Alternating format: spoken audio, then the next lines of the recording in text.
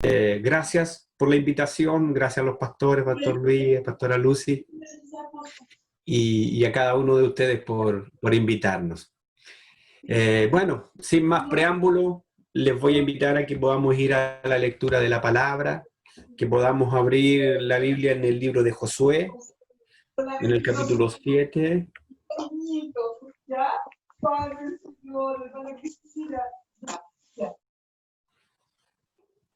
Libro de Josué en el capítulo 7.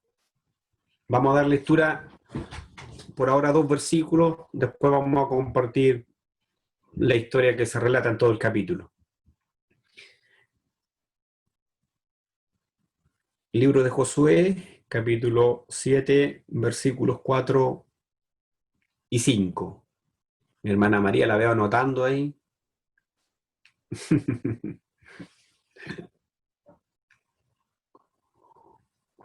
Y a mi hermano Luis Barrera lo veo ahí en los autos. No puede estar en otro lado sino en los autos, mi hermano Luis.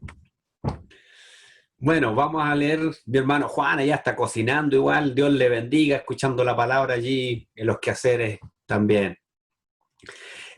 Bueno, vamos a darle lectura a la palabra entonces. Como digo, el libro de Josué, capítulo 7, versos 4 y 5, y dice así: en el nombre del Señor. Y subieron allá del pueblo como 3,000 hombres, los cuales huyeron delante de los de Jai.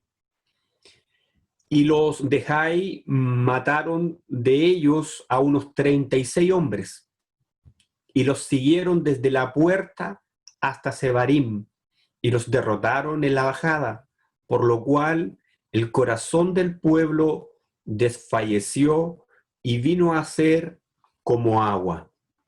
Señor, gracias damos por esta palabra que usted trae en esta tarde para la iglesia, para nuestras vidas.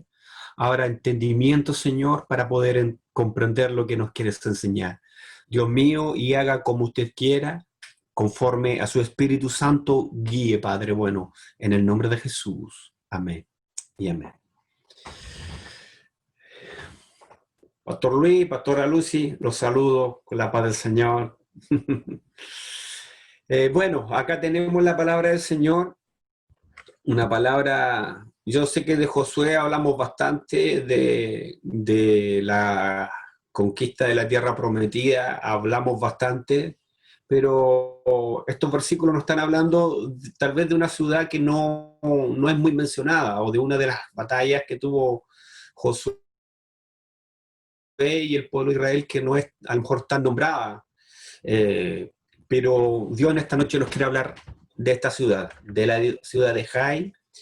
Esta ciudad aparece mencionada en la escritura en otras citas bíblicas. Por ejemplo, está en el libro de Isaías, en el capítulo 10, verso 28 también aparece ahí, pero aparece como Ajat, es la misma ciudad de la que vamos a hablar en esta tarde. También aparece en una cita bíblica en el libro de Nehemías, en el capítulo 11, verso 31, y ahí aparece con el nombre de Ahía. Y también aparece en Génesis 12, versículo 8, cuando Abraham entra a la tierra de Canaán, y dice la palabra que él hizo tienda entre la ciudad de Betel y la ciudad de Jai. En esas citas bíblicas también aparece el nombre de esta ciudad. Ahora, quiero mencionar algunos datos respecto a la arqueología de esta ciudad, porque aunque algunos arqueólogos hicieron algunos hallazgos, no se tenía certeza de que esta ciudad efectivamente existió, que históricamente hubiera existido. Pero un equipo de arqueólogos dirigidos por la Asociación de Investigación Bíblica, que se abrevia ABR, hizo un descubrimiento a 9 kilómetros al norte de Jerusalén en el año 2015. ¿Y qué fue lo que encontró? Ellos encontraron en unas cuevas, en unas ruinas, encontraron una casa en ruinas, encontraron 100 monedas y encontraron un objeto de aproximadamente 2 pulgadas, un poquito menos como 5 centímetros. Y ese objeto que encontraron tenía la forma de un escarabajo. y se cree que era la parte de un collar. Y esta pieza tenía una inscripción que llevó a los arqueólogos a concluir que perteneció al último rey de la ciudad de Jai. Y lo hermoso, y que cada vez va tomando mayor fuerza, que la ciencia, que la arqueología va dándole mayor autoridad a la palabra del Señor, es que dataron estas piezas encontradas con fecha del siglo XV antes de Cristo, a fines de la Edad de Bronce, que es una época en donde a través de producto del bronce pudieron hacer distintas herramientas para luchar específicamente, pero también otros cuchillos y otro tipo de piezas de este metal. Y se conoce que en el siglo XV fue más o menos la fecha de término de la Edad de Bronce, y coincide, mire cómo es Dios, y coincide con la conquista de la tierra de Canaán, porque recordemos que aproximadamente en el año 1445, 1447, ahí varían un poquito según los cálculos el tiempo del éxodo y el tiempo de la conquista, porque cuando uno se va al libro de Primera de Reyes, cuando hace mención que Salomón comienza a construir el templo lo comenzó a construir en el año cuarto de su reinado, a 480 años después del Éxodo, dice ahí en Primera de Reyes, en el capítulo 6, verso 1. Y con eso podemos más o menos estimar que el Éxodo fue alrededor del año 1447, 1445. Sabemos todos que Israel estuvo 40 años en el desierto vagando, dando vueltas antes de conquistar la tierra prometida, por lo tanto coincide la data de estos objetos que encontraron en esta ciudad a 9 kilómetros al norte de Jerusalén con la época en que Josué e Israel conquistan esta ciudad y terminan quemándola. Esto es un dato que nos viene a enriquecer y a dar mayor autoridad a la palabra, mayor confirmación a la palabra del Señor. Entrando directamente en la Escritura, Dios le había dado las estrategias a Josué, como ustedes ya conocen, entrando a esta tierra de Canaán por el centro, y Dios les da las estrategias para que ellos conquisten, para que Josué conquiste Jericó, que estaba precisamente al centro de esta tierra, y con eso que hace Dios, le da un lugar estratégico a Josué, porque con esto divide la tierra, los reyes del norte, los reyes del sur. No quiero hablar mayormente de esto, pero quiero solamente mencionarlo porque Dios es un Dios que da estrategias, y sin duda que Josué no fue un líder como Moisés, pero fue un general con muchas estrategias que Dios le dio. Por eso él conquista Jericó de una manera que ustedes ya lo conocen, milagrosa, una ciudad fuerte, una ciudad que tenía unas murallas que eran enormes, pero como Dios le da la conquista de una manera fácil, porque Dios estaba con ellos, Dios estaba peleando por ellos. La fama, la noticia seguía corriendo por todos los pueblos cananeos. Estos estaban intimidados porque el Dios de Israel era un Dios que le daba la victoria a su pueblo. Es más, cuando ellos, antes de vencer a Jericó y cruzan el Jordán, recordemos que el Jordán, ellos cuando lo cruzan es en una época en donde el caudal del agua era muy fuerte, era profundo, el río Jordán se desbordaba, pero Dios había dado respaldo a Josué tal como había respaldado a Moisés cuando había abierto el Mar Rojo. Ahora Josué abre el río Jordán y dice la palabra que el agua quedó detenida como 25 kilómetros más arriba de donde ellos cruzaron en la ciudad de Adán, y las aguas que estaban hacia abajo fueron a dar al Mar Muerto. Es decir, hubo un trecho, un tramo de 70 kilómetros aproximadamente, donde el pueblo de Israel pudo cruzar en seco para poder ir a iniciar la conquista de la tierra de Canaán. Luego, como ya mencionamos, conquistaron Jericó de una manera extraordinaria, de una manera sobrenatural, como las murallas caen. y cómo ellos toman posesión de la ciudad de Jericó. Pero la segunda ciudad que Josué y el ejército de Israel tenía que derrotar, que tenía que tomar, era precisamente la ciudad de Jai. Y a diferencia de Jericó, no era una ciudad que fuera fuerte, que fuera poderosa. Y dice la palabra del Señor que Josué envió a unos hombres a reconocer la tierra. Esto no es común. Moisés lo hizo cuando envió gente a conocer la tierra de Canaán. Josué también lo hizo cuando envió 2 espías a Jericó. Y ahora envía a otros hombres a recorrer la tierra de Jai para ver con qué se iban a encontrar. El informe de estos hombres cuando regresan de vuelta donde Josué es que le dice que solamente envíen a 2.000 o a 3.000 hombres a pelear. Les dice, con eso bastará para que tomemos la ciudad, para que tengamos la victoria. No es necesario, le dice, que fatiguemos a todo el pueblo. Solo con 2.000 o 3.000 es necesario, porque ellos son pocos. Ese fue el informe que le trajeron los hombres a Josué. Y yo aquí quiero hacer una mención, porque yo, como siempre menciono, mi papá acostumbra ponerle títulos a la palabra. Yo sé que en la Biblia hay hombres que tradujeron la palabra y tienen títulos, pero yo hoy le he puesto como título no subestimar al enemigo, por pequeño que sea. Eso quiero que lo podamos tener en la mente, porque va a tener relación hoy con la conclusión. No subestimar al enemigo, por pequeño que éste sea. Y bueno, Jai era un pueblo mucho más pequeño, el informe así lo enseñaba, que con 2.000 o 3.000 bastaba, y que no tenía necesidad de mover a todas sus tropas Josué para ir a derrotar ese pueblo. Pero también quiero mencionar algo para que más adelante lo vayamos analizando, es que en el pueblo de Israel había algo oculto. El pueblo de Israel tenía algo oculto. Por un lado, habían subestimado a su enemigo, a la ciudad de Jai, pero además tenían algo que estaba oculto. Después vamos a ver qué era aquello. Bueno, Josué con el informe termina enviando como a 3.000 hombres. Usted después puede leer detenidamente todo el capítulo 7. Él termina enviando a 3.000 hombres a conquistar, a tomar la ciudad de Jai. Pero ¿qué sucede?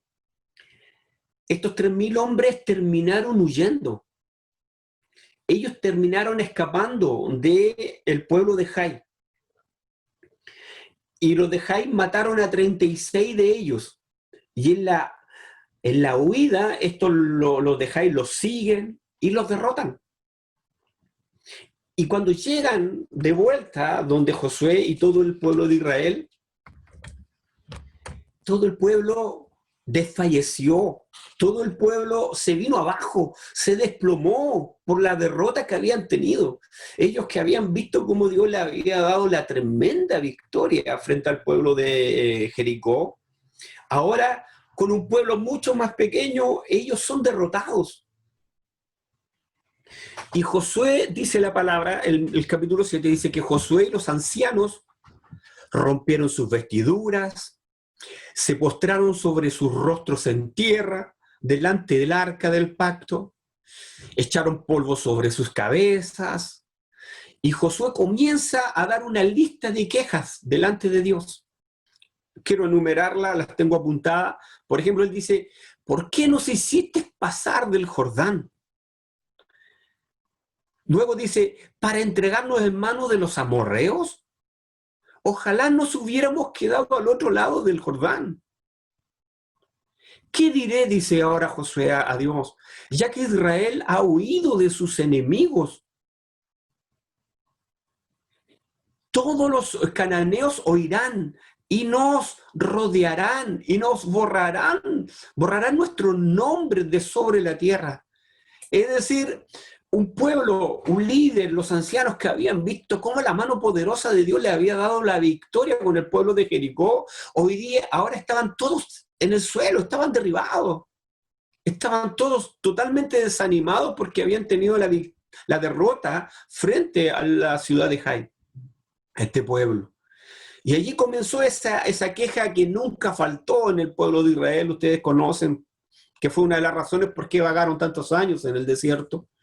Y fue, en este caso, Josué y los ancianos comenzaron a hacer la misma queja. Pero Dios habla a Josué. Dios le da instrucción, le habla a Josué y mira lo que le dice. Le dice, levántate. ¿Por qué te postras así sobre tu rostro? Israel ha pecado, le dice Dios. Han quebrantado mi pacto. Han tomado del anatema. Explicar que el anatema significa algo consagrado, algo que es apartado para Dios.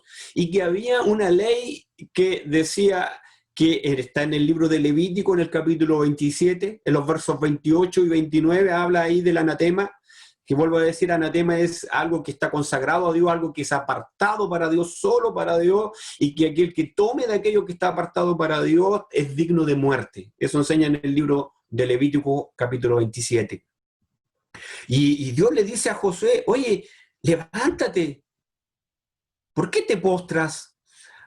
Han quebrantado mi pacto, han pecado, han tomado del anatema, han hurtado, han mentido, han ocultado entre sus enseres, que algo había oculto entre sus enseres.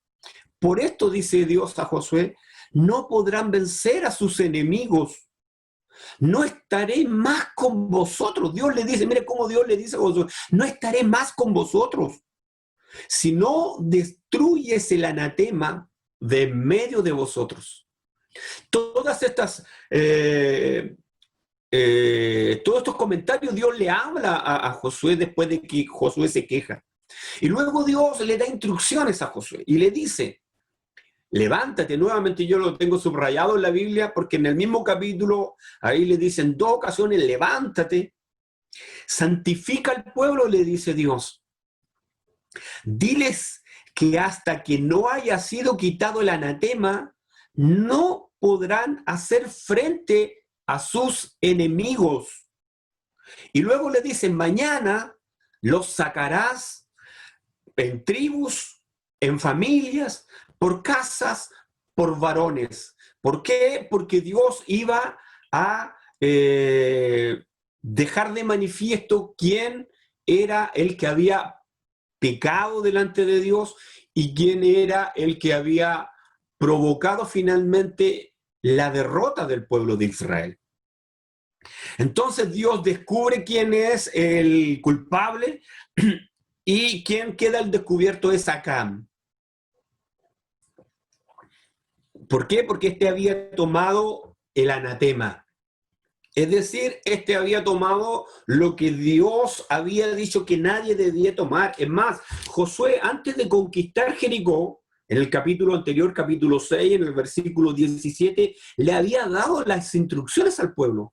Antes de ir a conquistar Jericó, Josué le había dicho, y será la ciudad, hablando de Jericó, luego que la tomaran y la conquistaran, Josué le dice al pueblo, y será la ciudad anatema a Jehová. Es decir, sería todo consagrado a Dios, la ciudad de Jericó, con todas las cosas que están en ella.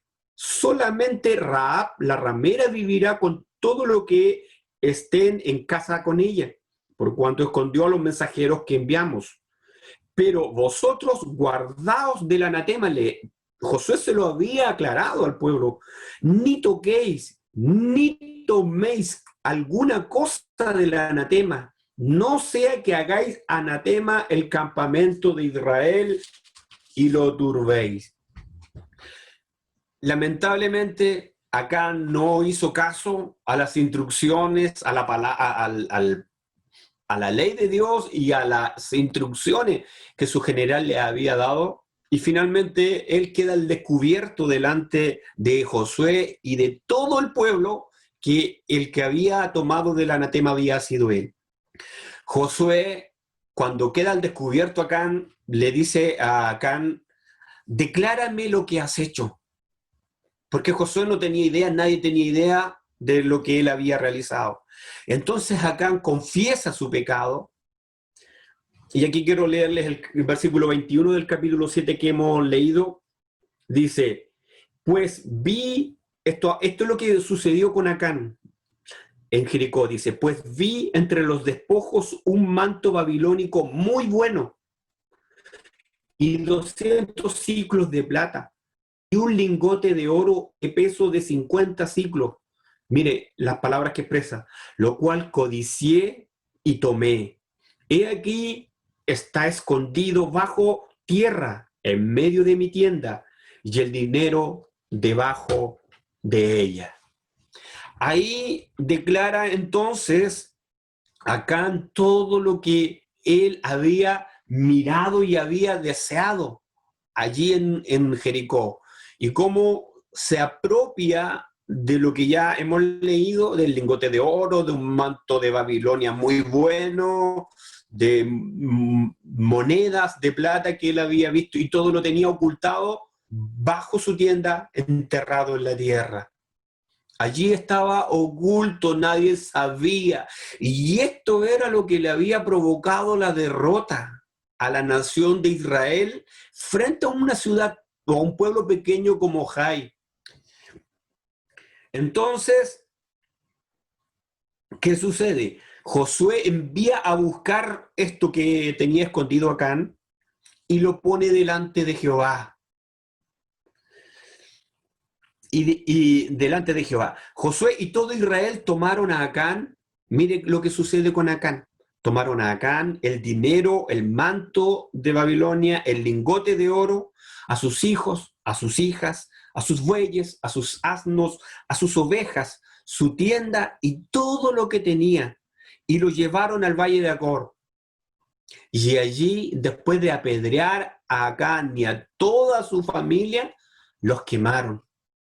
Porque eso era lo que estaba estipulado cuando anteriormente cité Levíticos capítulo 27, versos 28 y 29, y estaba estipulado que debían matarlos por causa de tomar, el que tomara el anatema, lo consagrado a Jehová.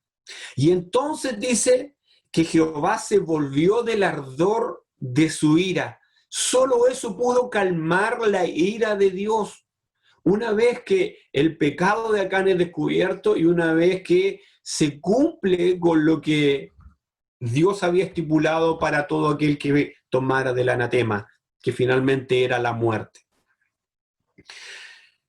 Es triste porque Israel, al mando de Josué, tuvo una victoria tremenda. Yo creo que ustedes son bien conocedores de esta historia de la conquista de Canaán. Es impresionante cómo Josué vence más tarde, después de esta derrota, termina venciendo a Jai, luego de que ese pecado es descubierto. Dice que va nuevamente a pelear con ellos y ahora sí los derrotan. Luego Josué derrota a los reyes del sur, que se unen, hacen alianza, más tarde los reyes del norte que hacen alianza para ir a pelear contra Israel, pero Dios les dio la victoria en todas aquellas batallas. La única derrota que tuvo Israel fue frente a este pueblo que era más pequeño, como una enseñanza de que lo que puede provocar el pecado y el tener algo oculto delante de los demás, porque ustedes saben que delante de Dios no podemos ocultar nada. Somos como un libro abierto delante del Señor. Pero yo les hablaba que quería que tuvieran en su mente y en su corazón el cómo el pueblo había subestimado a este pueblo pequeño que finalmente los había derrotado. Y yo quiero que esta palabra, hermanos, la podamos traer nosotros a nuestro tiempo, hoy en día. Porque hoy en día no luchamos contra Jai, no luchamos contra Jericó, pero sí tenemos enemigos. Nosotros, el pueblo de Dios, hoy día que somos injertados a la vida verdadera, nosotros también somos el pueblo de Dios, seguimos teniendo enemigos, no estas ciudades. Pero yo tengo apuntado aquí y quiero comentarlo, lo que ustedes saben, en realidad, solo hacer un recordatorio, que nosotros tenemos un enemigo que dice la palabra que es Satanás, y todas sus legiones de demonios que trabajan para destruir al pueblo del Señor. Pero Efesios 6:12 nos enseña que nuestros enemigos son potestades, son gobernadores, son huestes que vagan en las regiones celestes. Y estas trabajan, iglesia, pueblo del Señor, día y noche para derribarnos, para destruir al pueblo del Señor. Primera de Pedro 5:8 nos dice, sed sobrios y velad, porque vuestro adversario, el diablo, como león rugiente, anda alrededor buscando a quien devorar. Por lo tanto, no podemos, iglesia, desconocer nosotros que el diablo, que las potestades que están bajo el dominio del diablo, trabajan para destruir el matrimonio de nosotros, para destruir a nuestros hijos, para destruir a los pastores, para destruir las iglesias. El diablo nunca se ha quedado detenido, tranquilo, y nunca se quedará tranquilo hasta que, bueno, ya tendrá su fin, pero el diablo estará hasta los últimos intentos tratando de destruir al pueblo del Señor. Recuerde que aún dice la palabra que al final del milenio, que en el milenio va a ser atado Satanás, pero que al final será desatado por un breve tiempo, pero allí al final del milenio aún logrará confundir a muchos. Luego de que Cristo haya gobernado en el reino milenial y haya mostrado que se podía vivir en equidad, en justicia y en paz, pero aún así el hombre al final muchos serán confundidos por Satanás, el diablo, al final del milenio. Esto nos muestra cómo el diablo tiene los atributos, las cualidades para confundir al pueblo de Dios, para destruir al pueblo del Señor. Por lo tanto, iglesia, quiero que podamos a través de esta palabra tomar conciencia que el enemigo no es como una caricatura que se muestra muchas veces con cuernos y con, no me recuerdo el nombre de lo que lo muestran siempre a Satanás, sino que Satanás es un ser real. Las potestades, los demonios son reales. Ellos trabajan día y noche. Hay iglesias satánicas que oran para que los pastores caigan, para que los pastores sean destruidos. El diablo no se queda tranquilo, iglesia del Señor. Él está haciendo su máximo esfuerzo. Él sabe que Cristo viene pronto y Él está haciendo todos sus esfuerzos por derribarte a ti y por derribarme a mí. ¿Por qué cree usted que puede ver a hombres y mujeres que caen en adulterio, que caen en diferentes tipos de pecados, que las iglesias se destruyen, que las iglesias se dividen? ¿Por qué cree usted? Sino porque Satanás, el diablo, anda como un león buscando a quien devorar. Es triste. El diablo quiere hacer pedazos los matrimonios de la iglesia. Mire, yo puedo ver, reflexiono en la iglesia que Dios por su misericordia, la congregación, que por su misericordia Dios está permitiendo levantar acá en Lota. De los hermanos, el 70, el 80% de los pocos que somos son divorciados, son separados. Somos 3 matrimonios y de los 3 matrimonios hay uno ahora que está en crisis. Esa es la realidad.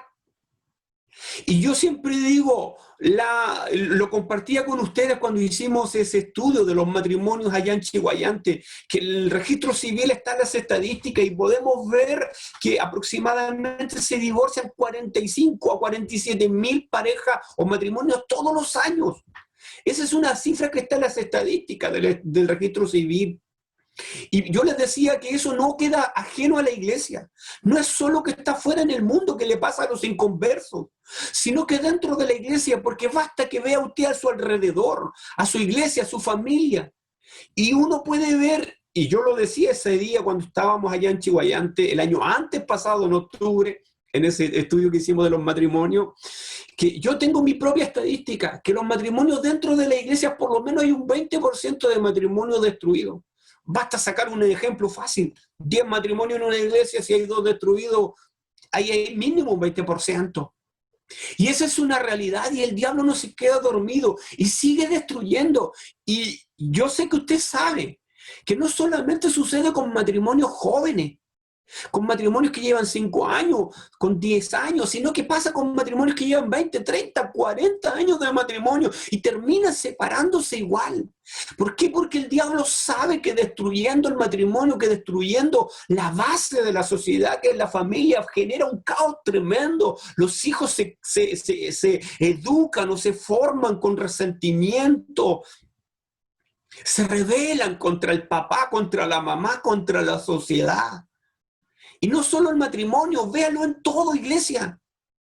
Véalo en todo cómo Satanás está trabajando y haciendo su máximo esfuerzo por destruir a la iglesia, por destruir al pueblo del Señor. Miren, viene a mi mente, escuchaba en una oportunidad un testimonio de un evangelista muy conocido, grande, que tenía muchas campañas evangelísticas y luego de haber terminado una campaña, él viaja de regreso hasta su nación en avión.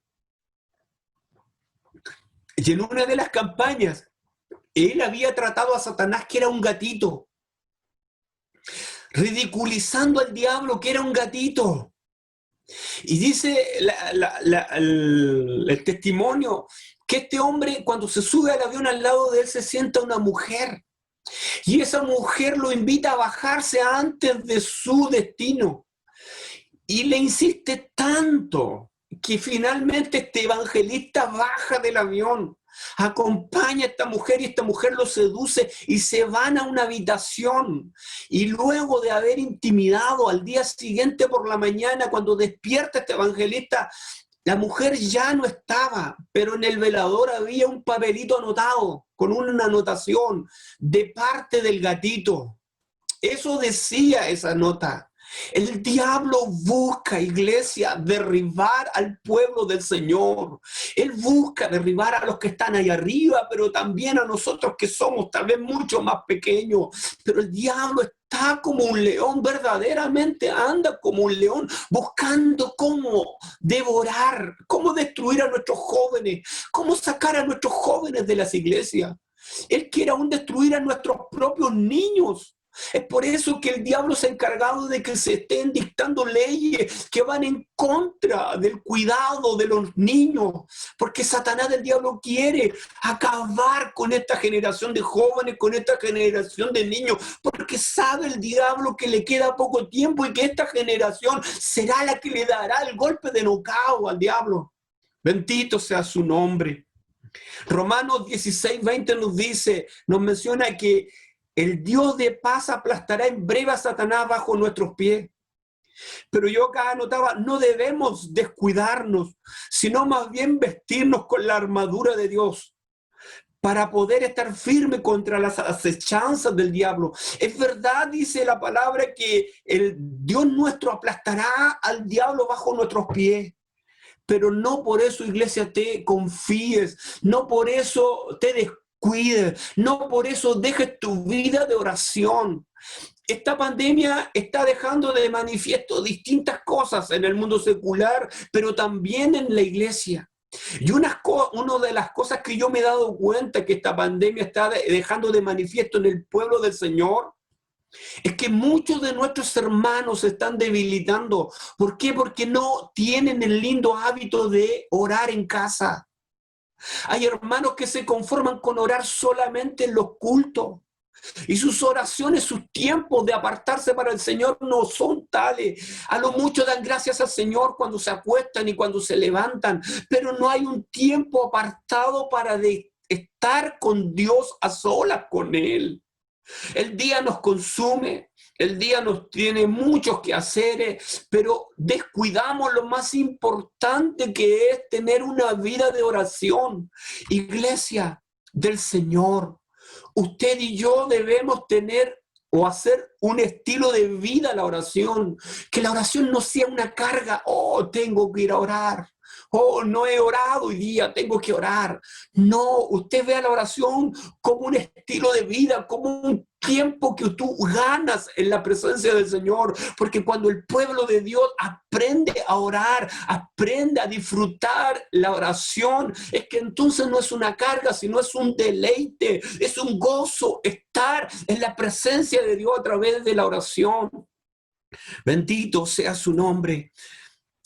El libro de Efesios en el capítulo 11 nos enseña, usted conoce esto, siempre se predica de la armadura de Dios. Y nosotros debemos estar vestidos con esta armadura, vestirnos con la verdad, con la justicia, con el calzado, con el escudo de la fe, con el yelmo de la salvación, con la espada, iglesia. Las otras armaduras son para que no nos hiera los dardos del enemigo, pero la espada es para que tú puedas pelear, para que yo pueda pelear. Dedica tiempo al estudio de la palabra, dedica tiempo a memorizar la palabra, a grabarla en tu corazón, porque cuando Satanás del diablo venga a tentarte, de la única manera que podrás vencerlo será a través de la palabra. Recordemos que cuando Jesucristo es tentado en el desierto, Jesús vence a Satanás a través de la palabra. Escrito estás, al Señor tu Dios servirás. No solo de pan vivirá el hombre, sino de toda palabra que sale de la boca de Dios. Entonces usted y yo, ¿cómo podemos vencer al Satanás del diablo y a las potestades que vagan en el aire y que trabajan constantemente para destruirnos? Es a través de la palabra. Pero para que podamos hacerlo a través de la palabra, debemos dedicar tiempo en memorizar, en grabar la palabra de Dios en nuestro corazón y en nuestra mente. Porque solo entonces, cuando usted necesita una palabra, el Espíritu Santo tomará esa palabra que usted dedicó tiempo en memorizar y el Espíritu Santo la traerá a la mente. Recordemos como Pablo le dice a Timoteo, trayendo a la memoria la fe no fingida que está en ti. ¿Cuál? La que le había inculcado la mamá y la abuela. Ellas habían invertido tiempo en inculcarle, en enseñarle la palabra a este joven Timoteo, y el Espíritu Santo sería el que se encargaría de traerla a la memoria. Pero es triste que así como hay hermanos que no oran o que oran muy poco, hay hermanos que tampoco estudian la palabra. Y esto ha provocado a través de esta pandemia que no se pueden congregar, es que su fe se ha debilitado, sus fuerzas han menguado. Bendito sea el Señor, pero aquel que vive una vida de oración, que vive una vida de lectura de la palabra, de estudio de la palabra, puede hacerle el frente al enemigo, puede vencer a Satanás y a todas las potestades que él tiene trabajando para derribar al pueblo del Señor. Iglesia, yo la verdad que tenía una confrontación, si podría mencionarla, con Dios, porque tenía en mente predicar otra palabra, pero el Señor me instaba que era esta la palabra que tenía que predicar en esta noche. Esta palabra el Señor me la había dado los que hacían semanas atrás y yo la tenía apuntada para que cuando fuera el momento que el Espíritu Santo la pusiera en el corazón para predicarle y para declararla en el lugar o en la iglesia o con los hermanos que fuera, que Él quisiera. Y yo le decía al Señor, yo quisiera predicar otra palabra, pero el Espíritu de Dios me inclinó a esta y sé que los planes de Dios son perfectos y que Él tiene pensamientos de bien y no de mal para nosotros. Si Él trae esta palabra es por alguna razón. Yo no sé si de los que están escuchando hay alguno que ha descuidado su relación con Dios, ha descuidado su intimidad con Dios, ha descuidado su comunión con Dios, ha descuidado su tiempo a solas con Dios, o aún si tal vez hay alguno que nunca ha entrado a tener una vida de oración y de lectura de la palabra y se ha conformado con lo que escucha en los cultos, en la predicación, se conforma con las oraciones que se hacen en forma genérica en la iglesia. Quiero decirle que no, que tenemos que estar nosotros preparados, tenemos que estar apercibidos de la gracia de Dios. Por eso dice el apóstol Pedro, sed sobrios y velad. Velad, estar atento. El velad significa eso, estar atento, porque Satanás del diablo anda como un león y él está buscando la debilidad tuya y la debilidad mía. Él está ahí trabajando todo el tiempo viendo cuál es tu debilidad, ¿Cuál es la mía? Y allí te atacará y allí me atacará. Porque Satanás es astuto y él no tiene misericordia. Él no se conformará con provocarte un daño. Él se quedará conforme recién cuando vea al cristiano en el suelo, destruido, totalmente destruido. Quienes tenemos la linda labor de evangelizar, todos ustedes cuando evangelizan seguramente se han encontrado con gente que era cristiana, pero que hoy están en el suelo, que han perdido sus matrimonios, que han perdido a sus hijos, que han perdido sus profesiones, que han perdido sus casas, que han perdido sus autos, los que tenían autos, y hoy viven destruidos. Yo conozco un varón acá en la ciudad que Dios le está permitiéndonos restaurar por su gracia y su misericordia, que vive en una habitación de 2x3, no tiene más, se gotea, no tiene luz, no tiene agua, no tiene baño, está en el alcoholismo hace por lo menos 4 o 5 años.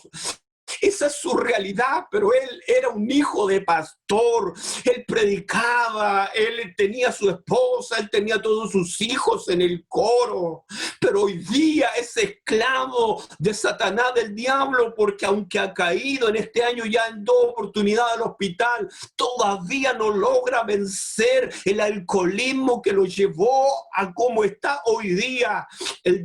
La semana pasada, el día 30, se cayó, se fracturó el tobillo, está enyesado hasta la rodilla de su pie izquierdo y no tiene prácticamente a nadie que le tienda una mano más, solo lo que Dios nos ha puesto a nosotros como congregación en este tiempo para llevarle alimento. Mira, ¿sabes cómo vive este varón? Este varón tenía, cuando lo conocí en agosto del año pasado, un brasero todo roto. En él encendía un poco de cartón y con eso se freía unos huevos en una paila y en una olla que usaba a veces para hacerse unos tallarines o un arroz, que el plato donde comen nuestros perritos es más decente que lo que él tenía. Y así vivía este varón, sin luz, sin agua, sin baño. Es terrible cómo vive. Pero el diablo quiere hacer eso con nosotros, quiere destruirnos, iglesia. El diablo te quiere ver tendido en el suelo. El diablo quiere ver a los jóvenes de nuestra iglesia en el suelo. Él está trabajando, él provoca disensiones en las iglesias, él pone los celos, las contiendas, los pleitos, porque el diablo es astuto, él sabe cómo trabajar. Y nosotros muchas veces le cedemos al diablo y le damos lugar para que él provoque esto. Pero mira, siempre le dan lugar al hijo del pastor, siempre el mismo hermano, siempre la misma hermana. El diablo se encarga de trabajar, de hablar a nuestra mente, y el cristiano, cuando deja de orar o cuando descuida su relación con Dios, le presta oído a Satanás, y esto va provocando disensiones, esto va provocando pleito en el pueblo del Señor. Y recordemos que el Salmo 133 nos dice: mirad cuán bueno y cuán delicioso es cuando la iglesia está junta y en armonía. Pero si hay discordia en nosotros, ¿por qué a veces hay cultos más densos? ¿Por qué hay cultos a veces que pareciera que no pasa nada? El coordinador, el predicador hace su mejor esfuerzo porque la gracia de Dios descienda, pero no sucede nada. Es porque le hemos dado lugar muchas veces al enemigo para que provoque esto en nosotros. El celo, la contienda. ¿Qué más, iglesia del Señor? Para no alargarme, voy a pasar a lo segundo que quería ver de los enemigos que tenemos hoy en la actualidad. Porque Satanás, del diablo y los demonios trabajan para destruirnos. Pero hay otro enemigo más cercano a ti y a mí. ¿Y sabes cuál es? Nuestra propia carne. Nuestra propia carne es el enemigo más cercano. Mire, y quiero leerles aquí rápidamente en el libro de Romanos, en el capítulo 7, verso 15 al 23.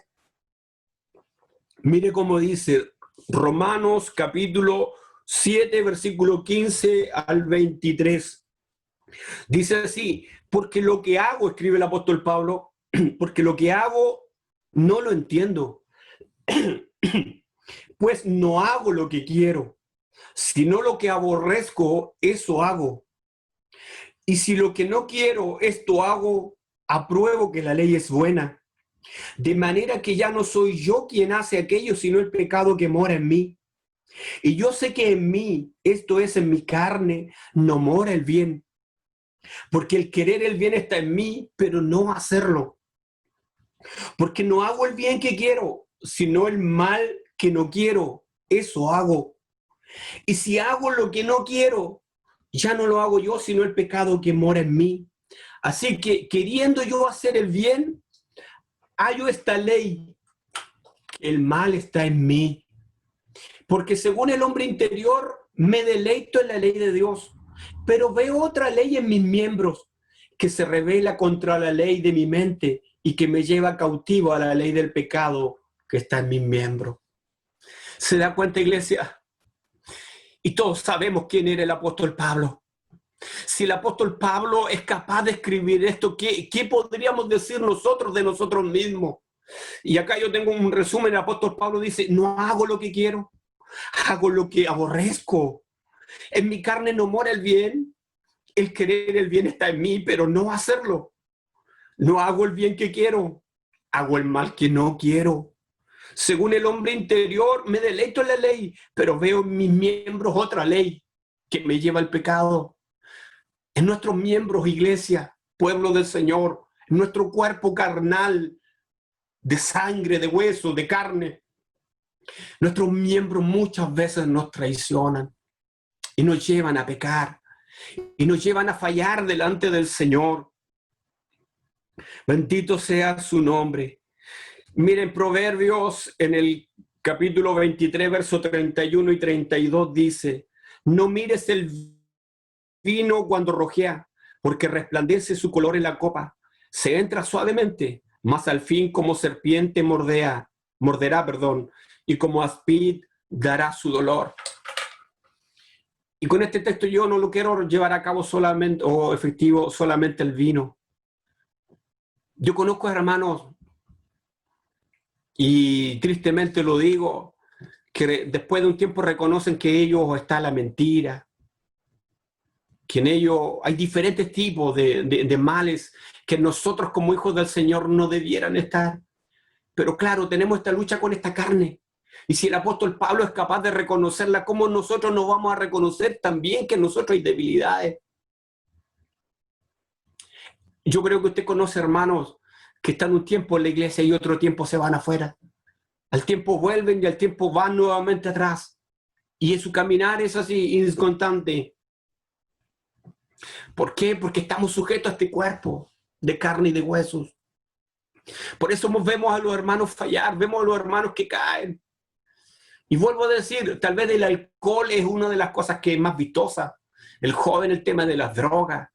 Pero hay tantas otras maneras como el cristiano puede pecar, como el Hijo del Señor puede caer.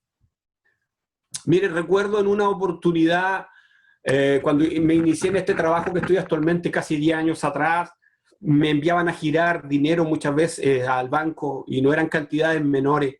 Y en una oportunidad de un día a otro me avisaron que tenía que ir al día siguiente, llevé una mochila porque era harto el efectivo que se giraba y hice el trámite, lo terminé en la oficina, entregué todo, después me vine a casa y a la semana después encontré en la mochila que yo había llevado, en uno de los cierres había un tuco de billetes. No sé por qué estaba ese tuco de billetes ahí, pero el diablo trata de seducirnos de una y de otra manera. Hoy día hay un hermano Carlito que no está trabajando por su salud. A veces tenemos trabajo y hay necesidades de distinta índole, pero uno tiene que tener claro que es hijo del Señor y que tal vez había pasado más de una semana y ese dinero estaba ahí, nadie lo había reclamado. Pero obviamente como hijos del Señor nosotros tenemos que ser honestos y tenemos que devolver lo que no nos corresponde. Tenemos que andar siempre con la verdad.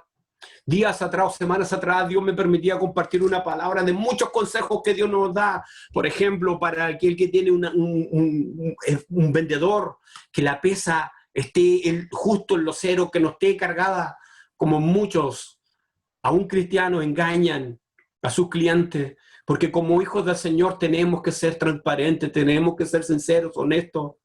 Pero es triste, iglesia, Conozco a una pareja que es cristiana, pero no están casados. Llevan 17 años juntos y no se han casado para no perder unos beneficios.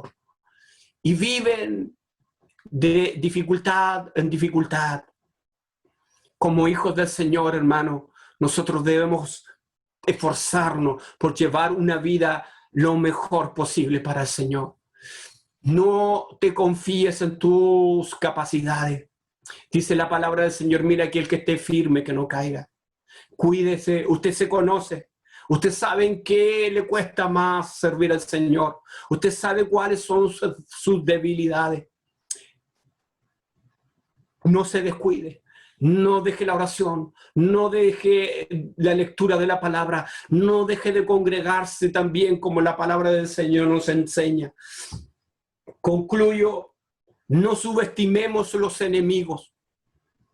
Satanás tal vez es un pez más grande, pero nuestras debilidades tal vez pareciera un enemigo más pequeño. No subestime esa debilidad. Lo que le pasó a Acán, como él le confiesa finalmente a Josué, lo cual codicié y tomé. Por eso él tomó eso que estaba prohibido, que era reservado para Dios, consagrado para Dios. Él lo tomó, lo miró y lo codició. Se me viene a la mente David el rey. Miró, codició y tomó. Tengamos cuidado, iglesia del Señor. Vamos a orar, vamos a pedirle al Señor que nos haga fuerte frente a nuestros enemigos y especialmente frente a nuestras propias debilidades. Hay una lucha. Nuestra carne no quiere servir al Señor. Nuestra carne no quiere buscar a Dios. Su espíritu y el mío están dispuestos, pero la carne no quiere. Y nos lleva al pecado. Pero el Dios que está con nosotros es poderoso para darnos la victoria. Padre, te damos gracias por esta palabra. Dios amado, el pueblo tuyo de Israel fue derrotado por un pueblo pequeño, porque había pecado, porque había algo oculto, porque subestimaron, Dios amado, lo débil del enemigo. Ayúdanos para que nosotros en este tiempo no subestimemos, Señor, aún nuestras propias debilidades, porque muchos han caído. Hermanas, hermanos, jóvenes, líderes, pastores, han caído, Señor, porque han subestimado sus propias debilidades.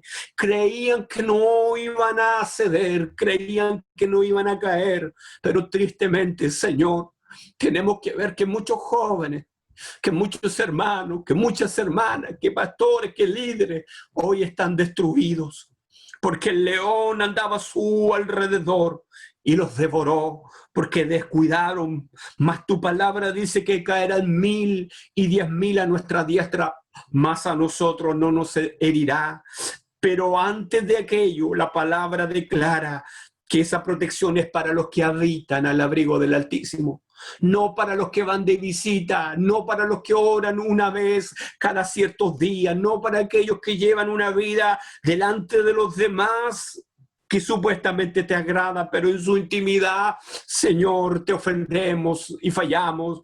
Dios amado, enséñanos para habitar en tu presencia, porque solo entonces gozaremos de tu protección, de tu victoria. Dios amado, así como el pueblo de Israel sacaron el anatema, lo destruyeron y entonces ahora tuvo la victoria sobre el pueblo de Jai. Así, mis hermanos, así yo, Señor, tendré la victoria sobre mis propias debilidades, sobre el enemigo, el Satanás del diablo que se levanta, Señor, como un león rugiente. Podremos tener la victoria, porque no estamos solos. Mayor es el que está con nosotros, mayor es el que venció al mundo. Bendito sea su nombre. Gracias por esta palabra, Señor, y bendice a tu pueblo en el nombre de Jesús.